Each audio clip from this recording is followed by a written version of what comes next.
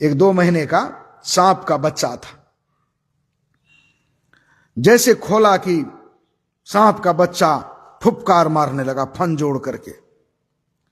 गृहस्थ समझ गए कि बाबा अब इस दुनिया में नहीं है।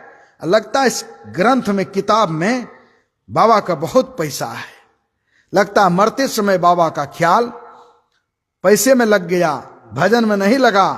बाबा सांप बनकर की किताब पर अधिकार जमा कर बैठे हुए हैं। समझ गए, गृहस्थ सत्संगी थे, गृहस्थ सत्संगी था, समझ गया। तो हाथ जोड़कर क्या कहा, हे बाबा, हम आपका शिष्य हैं। अगर आपका पैसा इस पुस्तक में है, इस ग्रंथ में है, तो हम पर विश्वास कीजिए। जो भी पैसा निकलेगा सबको निकाल करके आप इस दुनिया में नहीं रहे तो आपके नाम पर हम ध्यान सत्संग भंडारा कर देंगे, एक को पैसा इधर उधर नहीं करेंगे। जैसे यह शब्द कहा कि वह सांप उसी समय प्राण त्याग दिया। इसलिए संसार में संभल कर रहिए। बड़े बड़े लोग भी भजन नहीं करेंगे। आज राजा हैं, कबीर गुरु की भक्ति बिन राजा गधा हुई हैं, राजा गधा हुई हैं। सुखदेव मुनि ने लिखा है अपने जीवनी में, एक जन्म में राजा था, एक जन्म में गधा भी था। एक धोबी का गधा बना।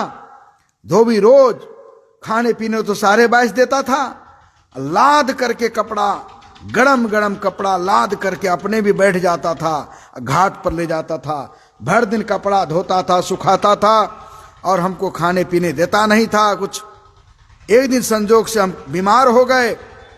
बीमार हुए तब भी धोबी हम पर दया नहीं किया।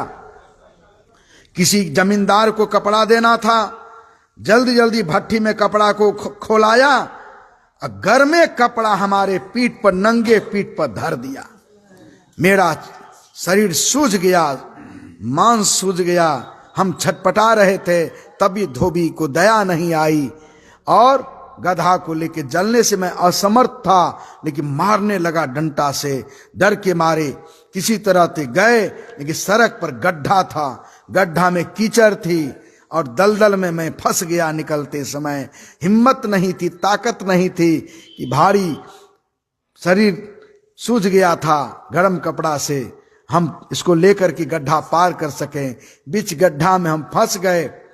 कितनों प्रयास किया, धोबी हम नहीं निकले। जब नहीं निकल सके, गुस्सा के मारे धोबी 10 मुंगड़ा दिया हमको और कपड़ा उठाया, हमको वहीं कहा, तुम मरो, यहां हम चलते हैं।